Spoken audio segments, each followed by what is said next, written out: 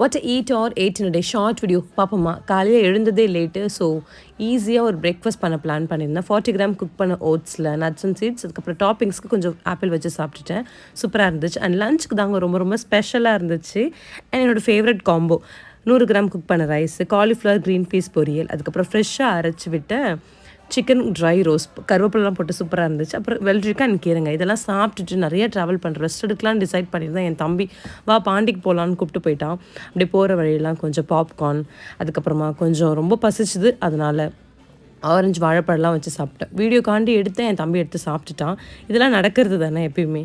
And வீட்டுக்கிட்ட போகும்போது ஒரு மாதிரி குஷியாகிடுச்சு. அதுவும் அந்த பாண்டி ஆர்ச் நல்லா இருக்குல்ல.